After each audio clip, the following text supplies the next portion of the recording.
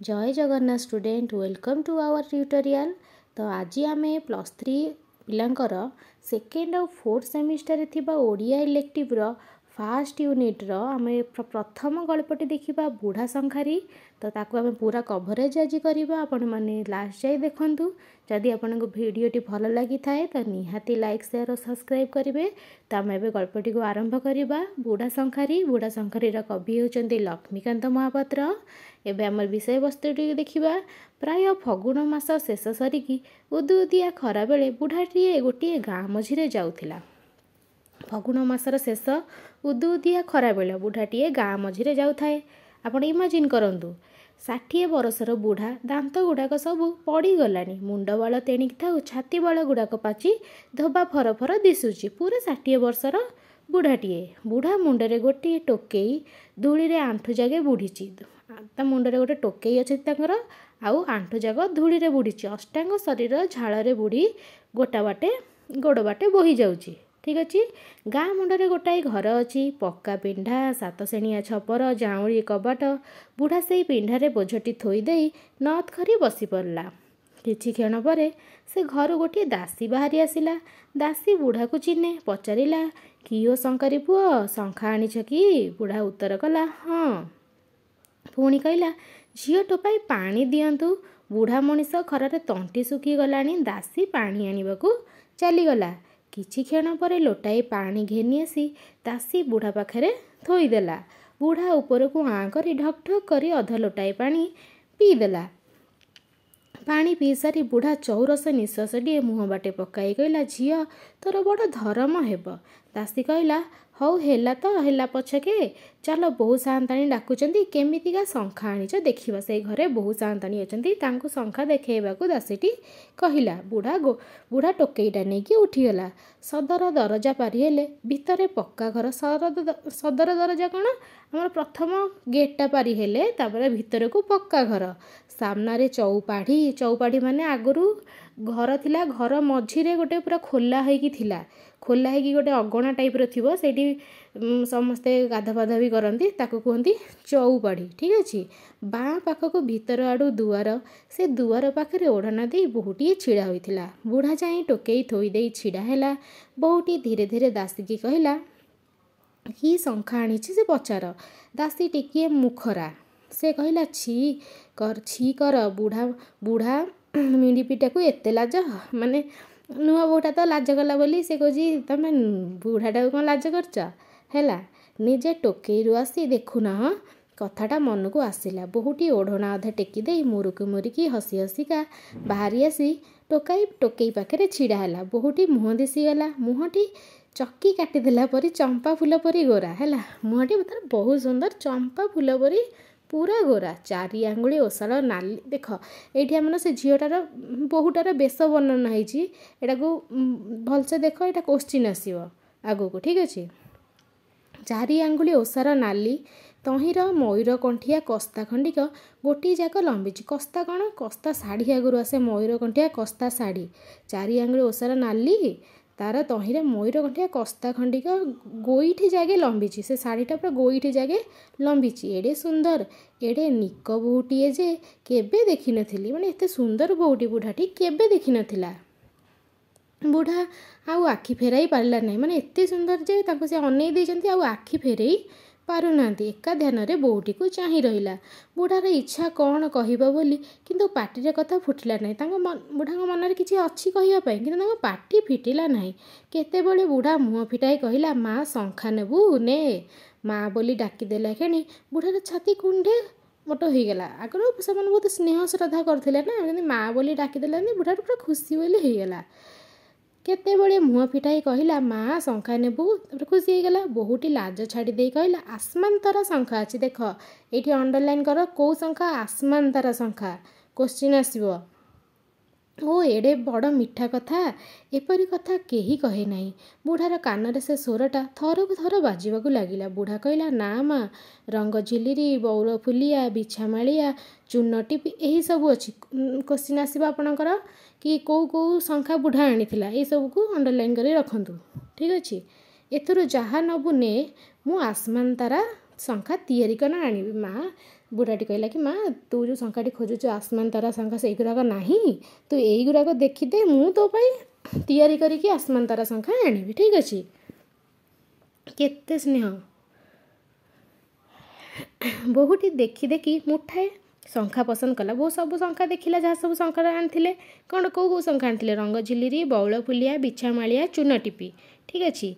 से सब से मुठे पसंद कले तेबे से मुठाक हाथ को हेब कि नहीं कहब।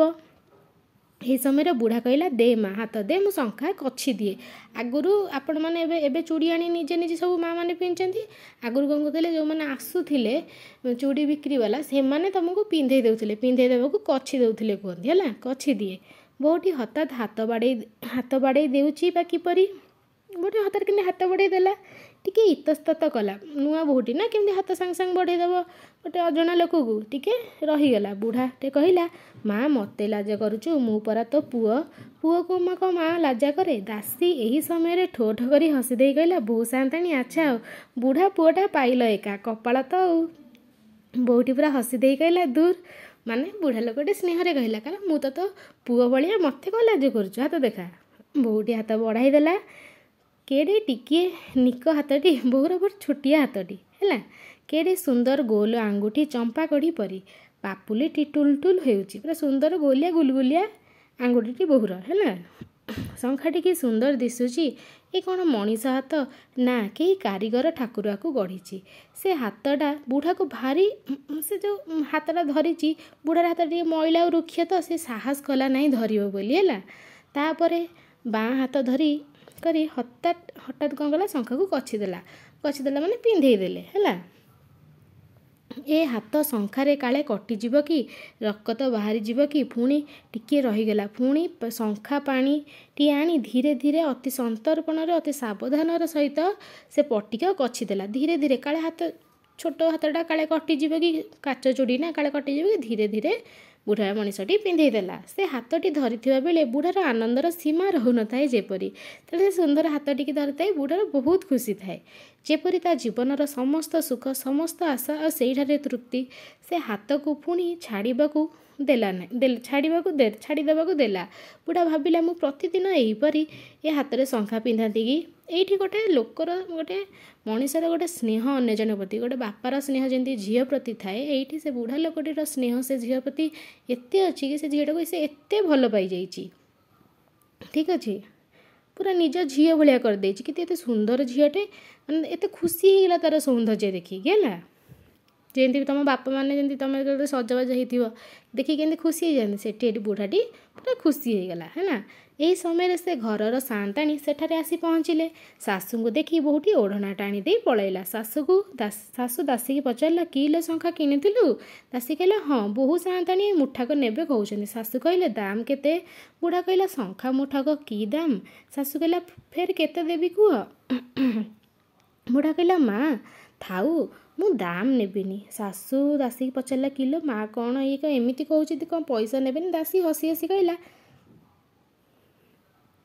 से पिलाटी बहुत सांताणी कौन पुओ होइची कहीं पैसा नबनी ना बुढ़ाटी पिला आमर सांताणी बहु सांताणीकर पुओ होइची बा। सासू भी हसिले कहले अच्छा एथर दाम नहीं था आर थर को पछे देईजिब तमे गरीब लोक बुढ़ा ना मो माँ को तो देइची ना आउ कौन दाम नेबी बुढ़ाटी कहला ना मु तो मो झील को देइची ना मो झील पाइने कौन आउ दाम नेबी कि शंखा मुठाक लगी मु गरीब होइजिबी नाही। केते स्नेह श्रद्धा एठारे कवि देखैचंदी है यह कही शंखा मुठा को रखिदे बोझटी धरी एका बेले चलीगला आउ डाके शुणिला नहीं टोटाली सी पलैले ता माँ को से देइची माने से पैसा नब नहीं। दासी पछरे गोड़ाई गोड़ाई गला किंतु से फेर चाहिला नहीं। तापर कौन है से दिन से बुढ़ा शंखारी 2 दिन 3 दिन से गाँ को आसे कहीं आसे ता झील टे देखियो बोली जहाँ को सी एत भल पाउछि ताको टे देखियो बोली।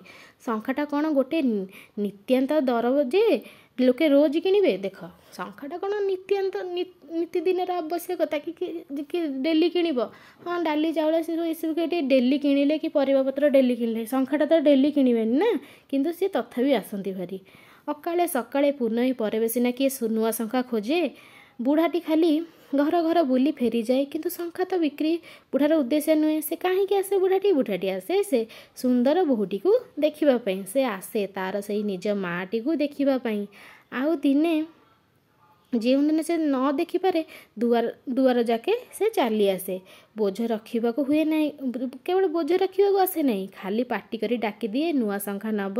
ତା ପାଟି ଶୁଣିଲା କ୍ଷଣି ବୋହୂଟି କୁଆଡ଼େ ଥାଏ ଆସି ଦୁଆର ପାଖରେ ଛିଡ଼ା ହୋଇଯାଏ। ହେଲା, ବୁଢ଼ାଟି ଟିକିଏ ଅନାଏ, ଚାହିଁଦେଲା କ୍ଷଣି ବୁଢ଼ାର ମନଟି ପୁରି ଉଠେ। ପଚାରେ, ମା ଆଉ ଶଙ୍ଖା ନେବୁ? ବୁଢ଼ାର ଇଚ୍ଛା କାଳେ ନେବାକୁ କହିବ, ତାହେଲେ ତା ମାଆର ଚମ୍ପା ଫୁଲିଆ ସୁନ୍ଦର ହାତଟିରେ ସେ ଶଙ୍ଖା ଗଛିଦେବ। କିନ୍ତୁ ବୋହୂଟି ମୁଣ୍ଡ ହଲାଇ ମନା କରିଦିଏ। ହେଲା, ବୁଢ଼ାଟି ପୁଣି ଫେରି ଚାଲିଯାଏ। ଦେଖ, ସେ ଆସୁଛନ୍ତି ଯେତେବେଳେ ସୁନ୍ଦର ତାଙ୍କ ଝିଅଟାକୁ ଦେଖିବେ, ତାଙ୍କ ସୁନ୍ଦର ହାତରେ ଟିକେ ଶଙ୍ଖା ଖୋସି ଦେବେ କି ଖୁସି ହେଇଯିବେ ସିଏ। ହେଲା, ଦିନେ ଦିନେ ଯଦି ବୋହୂର ଆସିବାକୁ ଡେରି ହୁଏ, ସେ ଦାସୀଟି ହୁରି କରିଦିଏ। ଯଦି ବୋହୂର ଆସିବାର ଡେରି ହେବ, ଦିନେ ଦାସୀ କହିছে ନାଇଁ ତମେ ପଳାଅ। ହେଲା, ବୋହୂ ସାଆନ୍ତାଣୀ ତମ ପାଇଁ ପୁଅ ଆଇଲାଣି। ସେ କହନ୍ତି ବୋହୂ ସାଆନ୍ତାଣୀ ତମ ପୁଅ ଆଇଲାଣି। ବୁଢ଼ା 2 ଥର 4 ଥର ନୂଆ ଶଙ୍ଖା ନେବ ବୋଲି ଡାକିଲାରୁ ତା ମାଆଟି ଆସି ଛିଡ଼ା ହୁଏ। ବୁଢ଼ା ଯେଉଁଦିନ ଆସେ ପ୍ରାୟ ସେଇ କଥା, ସେଇ ଅଭିନୟ ନୀତି ଆସେ ତା ମାଆଟିକୁ ଦେଖିବା ପାଇଁ। ଠିକ୍ ଅଛି। ବୁଢ଼ା ଫେରିଲା ବେଳକୁ ଭାବେ ମାଆର ଆସମାନ ଶଙ୍ଖା ଉପରକୁ ମନ, ମାନେ କ'ଣ, ଝିଅଟି ମୋର କହିଛି ଆସମାନ ତରା ଶଙ୍ଖା ପିନ୍ଧିବ ବୋଲି, ତାର ଇଚ୍ଛା ଭାଇ ସେ ଆସମାନ ତରା ଶଙ୍ଖା ପିନ୍ଧୁ। କେବେ ସେଥିରୁ ମୁଠାଏ ଆଣିଦେବି। ଶେଷରେ ଠିକ୍ କଲା ଆସନ୍ତା ରଜ ସଂକ୍ରାନ୍ତି ବେଳକୁ ଯୁଆଡ଼ୁ ହେଲେ ମା ଲାଗି ଆସମାନ ତରା ଶଙ୍ଖା ମୁଠାଏ ଆଣିବି। ଏଇଠି ଅଣ୍ଡରଲାଇନ୍ କର, କେବେ ଆଣିବ ମା ଲାଗି ଆସମାନ ତରା ଶଙ୍ଖା? ରଜ ସଂକ୍ରାନ୍ତି ଦିନ। ମା ନୂଆ ଶଙ୍ଖା ନାଇବ ମାନେ ପିନ୍ଧିବ, ଆଗରୁ ନାଇବ କହୁଥିଲେ। ହେଲା, ମୋତେ ହାତ ଦେଖାଇବ, ମୁଁ ଶଙ୍ଖା କଛି ଦେବି ମାନେ ପିନ୍ଧାଇ ଦେବି। ଏଇଆ ଭାବି କ୍ଷଣି ବୁଢ଼ାର ମନ ଭାରି ଉତ୍ଫୁଲ୍ଲିତ ହୋଇଯାଏ। ବୁଢ଼ା ରଜ ସଂକ୍ରାନ୍ତିକୁ ଚାହିଁ ରହିଥାଏ। ରଜ ସଂକ୍ରାନ୍ତିରେ ଏଥର ତା ଲାଗି ଭାରି ଆନନ୍ଦର ଦିନ। ମା ଲାଗି ଆସମାନ ତରା ଶଙ୍ଖା ଆଣିବ, କେଡ଼େ ଖୁସି ସେ ମା ହେବ। ଠିକ୍ ଅଛି। ବୈଶାଖ ମାସ ହେଲା। ବୁଢ଼ା ଲୋକ ସେତିକି ଖରାରେ ରୋଜ ବାଟ ଚାଲିଲା। ପାଣି ପିଆ ଦେହରେ ସହିଲା ନାହିଁ। ବୁଢ଼ାକୁ ଜ୍ୱର ହେଇଗଲା। ହେଲା, ଦେହ ଖରାପ ହେଇଗଲା ଏତେ ବାଟ ଯିବା ଆସିବା କରିକି।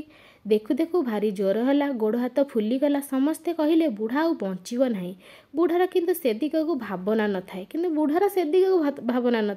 ସେ ସବୁବେଳେ ଭାବିଥାଏ ଯେ କେଉଁଦିନ ସେ ମାଆକୁ ସେ ଶଙ୍ଖାଟା ପିନ୍ଧେଇବ। ହେଲା, ତିଆରି କରିକି। ଦେଖୁ ଦେଖୁ ରଜ ସଂକ୍ରାନ୍ତି ପାଖେଇ ଆସିଲା। ବୁଢ଼ା 2 ମାସ ହେଲା ମାଆକୁ ଦେଖି ନାହିଁ। ଚାଲିପାରୁଥିଲା ବେଳେ ଯେମିତି ଦେଖୁଥିଲେ ଆସୁଥିଲେ, ଆଉ ତ ଏବେ ଯାଇପାରୁନାହାନ୍ତି ନା। କିନ୍ତୁ ରଜକୁ ତା ପାଇଁ ଆସମାନ ଶଙ୍ଖା ତରା ସେ ତିଆରି କରିକି ନିଶ୍ଚୟ ନେବି। ବୁଢ଼ା ଅନେକ କଷ୍ଟରେ ଉଠି ବସି ନିଜ ହାତରେ ଶଙ୍ଖା ତିଆରି କଲା। ଆଉ କେହି କରିଦେଲେ କାଳେ ମା ମନକୁ ଆସିବ ନାହିଁ। ବୁଢ଼ାଟି ନିଜେ ତିଆରି କଲା, କାଳେ ଆଉ କିଏ କଲେ ମା ମନକୁ ଆସିବ ନାହିଁ ବୋଲି ଦେହ ଖରାପରେ ବି ସେ ନିଜେ ଶଙ୍ଖା ତିଆରି କଲେ। 60 ବର୍ଷ କାଳ ଶଙ୍ଖା ଗଢ଼ି ସେ ଯେତେ ହାତ ସଫେଇ ହାସଲ କରିଥିଲେ ସେ ସବୁ ସେଥିରେ ଲଗାଇଦେଲେ। ଦିନକ କାମ 4 ଦିନ ଲାଗୁ ପଛେ କାମଟି ସରିଯାଉ। ଠିକ୍ ଅଛି। ରଜ ଆସିଗଲା। ରଜ ଆଗ ଦିନ କ'ଣ ଥାଏ? ପହିଲି ରଜ ଥାଏ। ସଂକ୍ରାନ୍ତିର ଆଗ ଦିନ ପହିଲି ରଜ। ଆଜି ଝିଅ ବୋଉ ନୂଆ ଶଙ୍ଖା ପିନ୍ଧିବେ, ନୂଆ ଶାଢ଼ୀ ପିନ୍ଧିବେ। ରାତି ସାରା ବୁଢ଼ାର ନିଦ ନାହିଁ। ସକାଳୁ ଉଠି ବୁଢ଼ା ଭାବିଲା, ମୁଁ ତ ଚାଲିପାରୁନାହିଁ, କ'ଣ କରିବି? ଆଉ କିଏ ନେଇଗଲେ ତ ହେବ ନାହିଁ। ମାଆକୁ ଢେର ଦିନ ହେଲା ଦେଖି ନାହିଁ। ସେ କ'ଣ ଏଥିରୁ ବଞ୍ଚିପାରିବ? ମାନେ ମାଆକୁ ନ ଦେଖିକି ବଞ୍ଚିପାରିବ? ବୁଢ଼ା କ'ଣ କଲା, ସଳ ମୁଠାଇ ଖାଇଦେଇ ଶଙ୍ଖା ମୁଠକ ଗାମୁଛାରେ ବାନ୍ଧି ବାହାରିଲା। ଅତି କଷ୍ଟରେ ଭଡ଼ାଇ ପାଦ, ମାନେ ଧୀରେ ଚାଲିକି ଗଲେ। 5 କୋଶ ବାଟ ପହଞ୍ଚିଲା ବେଳକୁ ବେଳ ଗଡ଼ିଗଲା ମାନେ ସନ୍ଧ୍ୟା ହୋଇଗଲାଣି। ଠିକ୍ ଅଛି।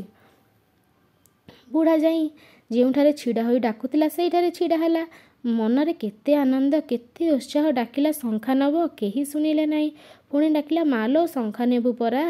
ତେବେ ବି କେହି ଆସିଲେ ନାହିଁ। ବୁଢ଼ା ଏଥର ଡାକିଲା, କେହି ଆସିଲେ ନାହିଁ ଘର ଭିତରୁ। ବୁଢ଼ା ଅଧୀର ହୋଇପଡ଼ିଲା। ବୁଢ଼ା ଅସ୍ଥିର ହୋଇପଡ଼ିଲା। 2 ଥର ଡାକି ସାରିଲିଣି, କେହି ଜବାବ ପଦେ ଦେଉନାହାନ୍ତି। ଥରେ ଡାକିଲେ ତ ମା ଆସି ଦୁଆର ବନ୍ଧରେ ଠିଆ ହେଇଯାଏ। କହିଲା, କିଛି ଗୋଟେ ହେଇଛି, ଶଙ୍ଖା ଆଣିଛି ମା ତୋ ପାଇଁ। ଏଇଥର ସାଆନ୍ତାଣୀ ନିଜେ ବାହାରି ଆସିଲେ। ସାଆନ୍ତାଣୀ ମାନେ ତାଙ୍କ ଶାଶୁ ନିଜେ ଆସିଲେ। ତାଙ୍କ ପଛେ ସେଇ ଦାସୀ ଆସିଲେ। ସାଆନ୍ତାଣୀକି ଦେଖି ବୁଢ଼ା କହିଲା, ମୋ ମା କାହିଁ? ମୁଁ ତ ମା ପାଇଁ ଆସମାନ ତରା ଶଙ୍ଖା ତିଆରି କରି ଆଣିଛି, ମୋ ମା ରଜରେ ପିନ୍ଧିବ। ଦାସୀ ତ ଏତେବେଳକୁ ହୁରି କରି କମ୍ପାଇ ଦିଅନ୍ତାଣି। ସେ କହିଲା, କାହିଁ ଆସୁନାହାନ୍ତି? ସାଆନ୍ତାଣୀ ଧୀରେ କହିଲା, ନା ଶଙ୍ଖା ଲୋଡ଼ା ନାହିଁ। ବୁଢ଼ା କହିଲା ନା ନା ମୁଁ ମୋ ମା ଲାଗି ବଡ଼ ଶରଧାରେ ଆଣିଛି। ସାଆନ୍ତାଣୀ କହିଲା ନା ଶଙ୍ଖା କେହି ନେବେ ନାହିଁ, ତୁମେ ଯାଅ। ବୁଢ଼ା କହିଲା ହଉ ଶଙ୍ଖା ନ ନେଲେ ନାହିଁ, ମୋ ମାଆକୁ ଥରେ ଡାକିଦିଅ ମୁଁ ଦେଖିବି, କେଉଁ ଦିନରୁ ଦେଖି ନାହିଁ। ସାଆନ୍ତାଣୀ କହିଲା ଦେଖା ହୋଇପାରିବ ନାହିଁ। ବୁଢ଼ା ମଣ୍ଡରେ ବଜ୍ର ପଡ଼ିଲା। ବଜ୍ର ପଡ଼ିବେନି, ଏତେ ସେ ସୁଖରେ ଆସିଥିଲେ ଦେଖିବେ ବୋଲି ମାଆଟିକୁ, ସେ ମନା କରିଦେଲେ ତ ମନ ଦୁଃଖ ହେବ ନା ନାହିଁ। ମନରେ ଜଣେ ଗୋଟେ ଆଶା ନେଇକି ଆସିଥିଲେ କି ନାଇଁ ମୋ ମାଆଟାକୁ ଦେଖା କରିବି, ମୋ ମାଆଟାକୁ ଶଙ୍ଖା ପିନ୍ଧେବି। 2 ମାସ ହେଲା ସେ ସେୟାକୁ ନିଜ ଦେହ ଖରାପ ବଳେ ବି ତିଆରି କରିକି ଆଣିଥିଲେ। ତ ଯଦି ମନା କରିଦେବେ ତାଙ୍କ ମନ କଷ୍ଟ ହେଲା। ମୋ ମାଆକୁ ଥରେ ଦେଖିପାରିବି ନାହିଁ। ବୁଢ଼ାର ଆଖି ଛଳ ଛଳ ହୋଇ ଉଠିଲା। ମାଆକୁ ଦେଖି ନ ପାରିବା କଥା କହିଲା ବେଳକୁ ସେ କାନ୍ଦି ଉଠିଲେ। ଠିକ୍ ଅଛି, ସେ କାନ୍ଦ କାନ୍ଦ ହୋଇ କହିଲା ଥରୁଟିଏ ଦେଖିଦେବି କିନ୍ତୁ ମୁଁ ଆଉ ବଞ୍ଚିବି ନାହିଁ। ମାନେ ମୋ ମାଆକୁ ମୁଁ ଥରେ ଦେଖିବି, ମୁଁ ଆଉ ବଞ୍ଚିବି ନାହିଁ। ମାନେ ଏତେ ତାଙ୍କୁ ସେ ଭଲ ପାଆନ୍ତି ହେଲା। ସାଆନ୍ତାଣୀ ଦାସୀ କହିଲା ଯା ବୋହୂକୁ ଡାକିଦେ। ଦାସୀ ଚାଲିଗଲା। କିଛି କ୍ଷଣ ପରେ ବୋହୂ ଆସି ଦୁଆର ପାଖରେ ଛିଡ଼ା ହେଲା। ସେଇଠି ତ ସବୁଦିନେ ଛିଡ଼ା ହୁଏ। ଆସିଲା ବେଳକୁ ଝୁମୁରୁ ଝୁମୁରୁ ହୋଇକି ଆସେ। ଝୁମୁରୁ ଝୁମୁରୁ ମାନେ କ'ଣ, ନୂଆ ବୋହୂଟି ପାଉଁଜି ପିନ୍ଧିଥାଏ ତ ଝୁମୁରୁ ଝୁମୁରୁ ସାଉଣ୍ଡ ହୁଏ। ଠିକ୍ ଅଛି, ଛିଡ଼ା ହୋଇ ବୁଢ଼ାକୁ ଚାହିଁ ଦିଏ। ତାର ହସ ହସ ମୁହଁଟି ଦେଖି ବୁଢ଼ାର ଆନନ୍ଦର ସୀମା ରହେ ନାହିଁ। ଆଜି କିନ୍ତୁ ନିଃଶବ୍ଦରେ ଆସି ଛିଡ଼ା ହେଲେ। ଆଜି କିନ୍ତୁ କିଛି ଶବ୍ଦ ଶୁଭୁ ନାହିଁ। ସେ 4 ଆଙ୍ଗୁଳି ଲେଖାଏ ନାଲି ତହିଁର ଶାଢ଼ୀ ନାହିଁ କି କୁମ୍ଭ କିନାର ଦକ୍ଷିଣ ପାଟ ନାହିଁ। ସେ ଯେଉଁ ସୁନ୍ଦର ଶାଢ଼ୀ ପିନ୍ଧନ୍ତି ସେ ଶାଢ଼ୀ ନାହିଁ, କିନ୍ତୁ କିଛି ନାହିଁ। ଗୋଡ଼ 2ଟା ଲଙ୍ଗଳା, ପିନ୍ଧିଛି ଖଣ୍ଡେ ଧଳା ଥାନ ଲୁଗା। ବୋହୂଟି କ'ଣ ପିନ୍ଧିଛି? ଧଳା ଥାନ ଲୁଗାଟେ ପିନ୍ଧିଛି। ବୁଢ଼ାର ଦେହ ଥରି ଉଠିଲା, ମୁଣ୍ଡ ଘୁରେଇ ଉଠିଲା। ବୁଢ଼ା ଆଖି ବୁଜି ପକାଇଲା। ବୁଢ଼ା ଦେଖିକି ଆଉ ଆଶ୍ଚର୍ଯ୍ୟ ହେଲେ, କାରଣ ମା ଧଳା ଶାଢ଼ୀ ପିନ୍ଧିଛି। ପୁଣି ଚାହିଁଦେଲା ବେଳକୁ ତାର ସେ ହାତଟି ଦିଶିଗଲା। ହାତରେ କିଛି ନାହିଁ। ବୁଢ଼ା ଭୋ ଭୋ କରି ରଡ଼ି କରି ଉଠିଲା। ବୋହୂଟି ଫେରି ପଡ଼ି ଚାଲିଗଲା ହେଲା। ବୁଢ଼ା କହିଲା ମାଲୋ ମୁଁ ନ ମରି କାହିଁକି ତୋତେ ଦେଖିବାକୁ ଆସିଲି? ଏଇଆ ଦେଖିବା ଲାଗି ନା କ'ଣ ମା? ଏବେ କ'ଣ ହେଲା, ମାନେ ବୋହୂଟି ଆମର ବିଧବା ହେଇଯାଇଛି ହେଲା। ତାହା ଦେଖି ବୁଢ଼ା ମନରେ ବହୁତ କଷ୍ଟ ହେଲା। ସେ କ'ଣ ଦେଖିଛି ଆସିକି ସେ ବୋହୂଟି ଆମର ନାଲି ଶାଢ଼ୀ ପିନ୍ଧିଥିବ, ହାତରେ ଚୁଡ଼ି ପିନ୍ଧିଥିବ, ପାଦରେ ଅଳତା ଲାଗିଥିବ, କେତେ ସୁନ୍ଦର ଦେଖାଯାଏ। ତ ବିଧବା ହେଇଗଲେ ସେସବୁ ହେଇପାରିବନି ହେଲା। ତ ସେଇଠି ତା ମନ ବହୁତ କଷ୍ଟ ହେଲା। ବୁଢ଼ାଟି ପୁରା ଭୋ ଭୋ କରି କାନ୍ଦିକି ଗଡ଼ିଗଲା। ବୁଢ଼ା ଆଉ କହିପାରିଲା ନାହିଁ। ଗାମୁଛାରେ ତାର ବଡ଼ ଯତ୍ନର ବଡ଼ ଶରଧାର ଯେଉଁ ମୁଠାକ ଶଙ୍ଖା ଆଣିଥିଲା ତାକୁ ଫିଟାଇ ବାହାରେ କଚାଡ଼ି ଦେଲା। ମୁଠାକ ଯାକ ଶଙ୍ଖା ଚୂନା ହୋଇଗଲା। ତହୁଁ ସେ ଏକା ମୁହଁ ହୋଇ ଫେରି ଚାହିଁଗଲା। ଦାସୀ ଆଉ ଶାଶୁ ରଡ଼ି କରି ଉଠିଲେ। ଲାଷ୍ଟକୁ ଏଇପରି ହେଲା। ଦୁଃଖରେ ସରିଲା ଆଉ। ଠିକ୍ ଅଛି, ଏଇଟା ବହୁତ ଇଣ୍ଟରେଷ୍ଟିଂ ବିଷୟ, ବହୁତ ହି ଭଲ ଲାଗିଲା। ତ ଆପଣ ଏହାକୁ ଯଦି ବୁଝିପାରିଥିବେ ଆମକୁ କମେଣ୍ଟ କରିବେ। Thank you for watching.